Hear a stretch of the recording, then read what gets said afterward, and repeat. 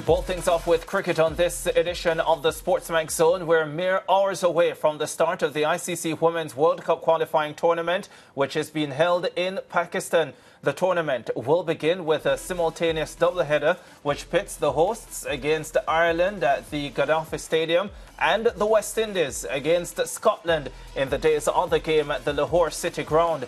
Just a reminder that the tournament will take a round-robin format where the top two teams will advance to the 2025 50-over World Cup in India beginning in September. Joining us via Zoom to look ahead to the competition and particularly the West Indies' chances of booking a spot to the World Cup is international cricket commentator Nikhil Uttamchandani. Nikhil, welcome again to the SportsMax Zone. It is the third time, well, at least twice before, the West Indies women have qualified for the 50-over World Cup through this format, through this tournament. Do you suspect they can be successful for a third time and make it 7 in a row at this tournament? Certainly, Ricardo. I think they will be outstanding favourites to going into the tournament. That being said, I remember saying something similar at the 2023 men's event. Luckily, I had the opportunity to be there in Zimbabwe, and we all know how that turned out. So I want to say, as much as the West Indies are favourites, that also comes with some level of expectation and a hint of added pressure as well. And this is a young group, obviously led by Hayley Matthews, with a bit of experience, but missing a key player in Deandra Dottin. I'm very eager to see how this team handles pressure. I do expect there to be different times during this tournament, whether it be moments in games or sometimes the entirety of games, where the West Indies will be challenged on how they manage pressure and expectation. Yeah. How do you rate the build-up to this tournament, including the 3 warm-up matches in the last 6 days? The first, an unofficial practice match, and then 2 official practice matches against Ireland and the hosts Pakistan. Again, I don't want to take a lot from warm-up games because I know intensity is a lot less. Teams are experimenting. The West Indies obviously lost that last game to Pakistan, Pakistan. But what I do like to see and what I would take from it is that the other players are getting a few starts with bat in hand. I like Zayda James getting 40-odd. I'm quite excited about her going up the order. I noticed she opened in one of the games and then batted at 3 in the next.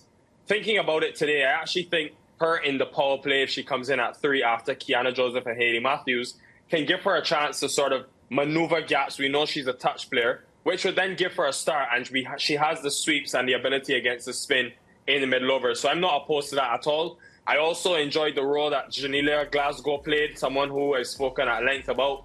Almost like a Deandra Dottin, or we could say maybe the next Deandra Dottin-like player who can give you the few overs with her medium pace and then also is very capable with bat in hand. Good to see she's been in the runs as well. And then Shabika Gajnabi getting 60-odd. Was very impressive and important for the West Indies. Yeah, what is your top 6 looking like, Nikhil? Because it's interesting, you spoke about Glasgow just now, you spoke about Zayda James, but then all the regulars, with the exception of Deandra Dottin, very much in the setup. In at least one of the games when James opened the batting, Hayley Matthews didn't play. She sat out that match. And so how do you see that top 6 all coming together, which we suspect will be extremely important for this team and their success at this tournament?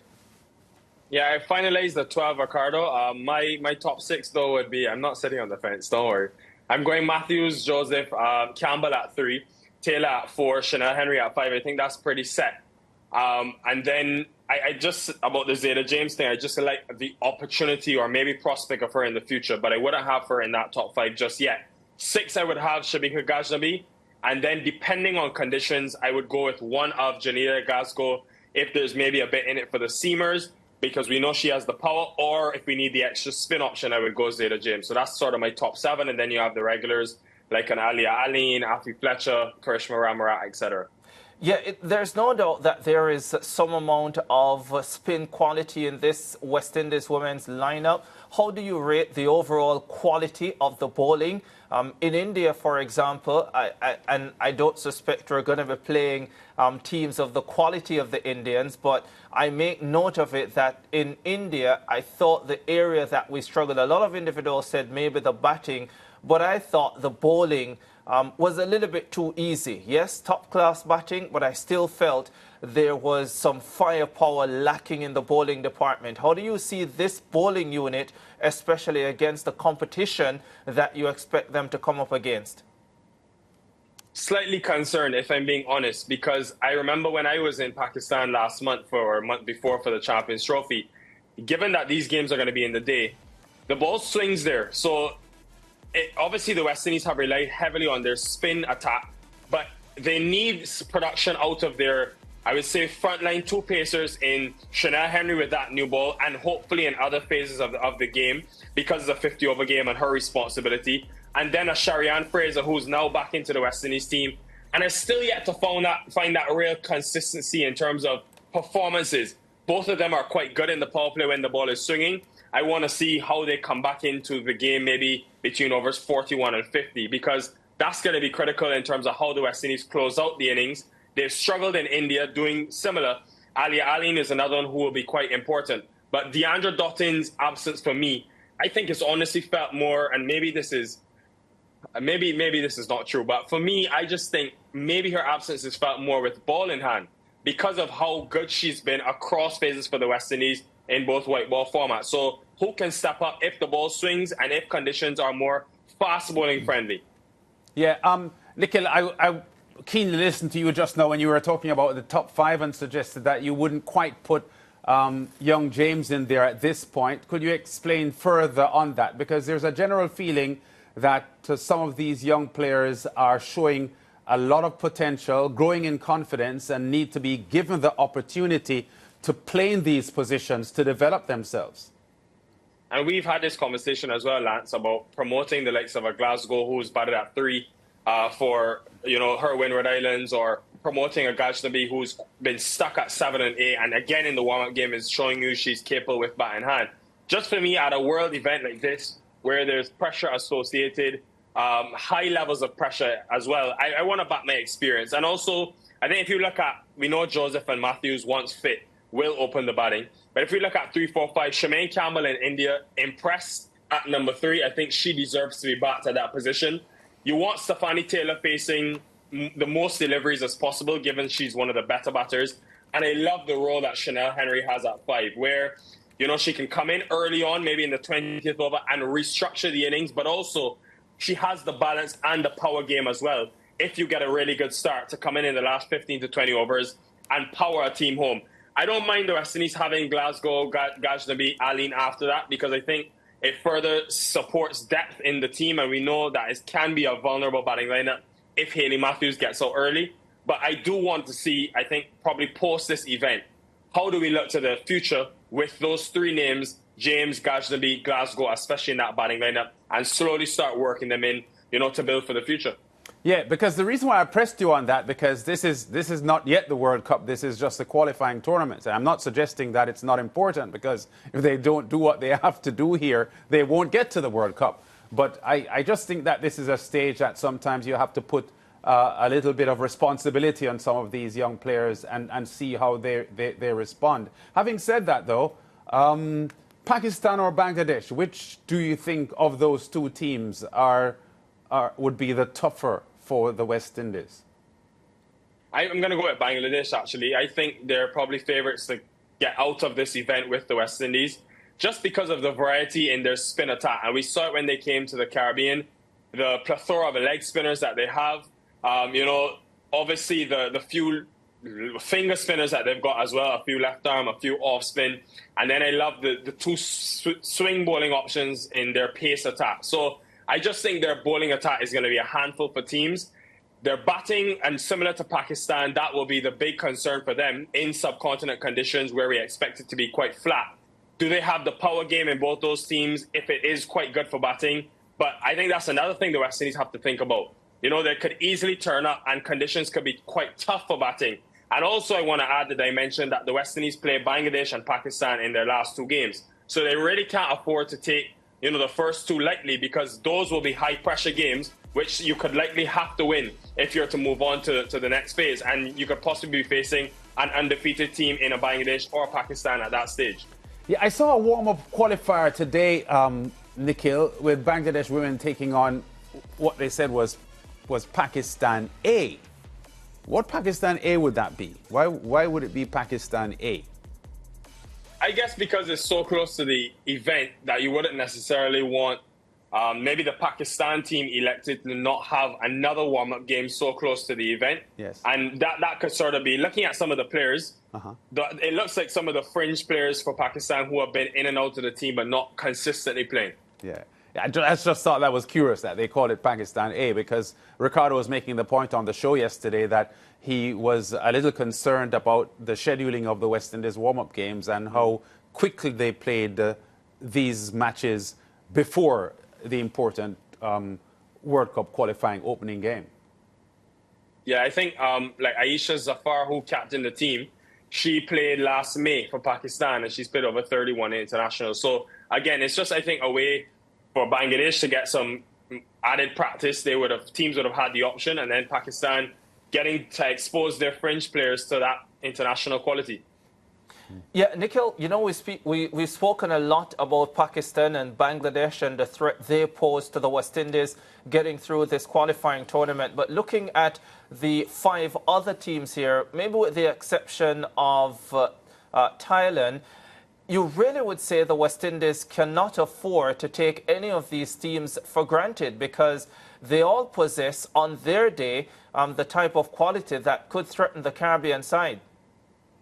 Of course. And I think just the fact that it's a qualifying tournament adds and sparks, ignites another fire within some of these underdog teams. And the 2023 World Cup qualifiers was a big learning for me. To see the way that the Netherlands flicked the switch, to see the way Scotland played their cricket, there's a lot on the line for these teams. And, you know, a lot of them have nothing to lose. It's for some of them their first tournament. I look at a team like Scotland, who very recently were under this sort of pressure when they had to qualify and beat Ireland to get into the T20 World Cup. They were able to do it then.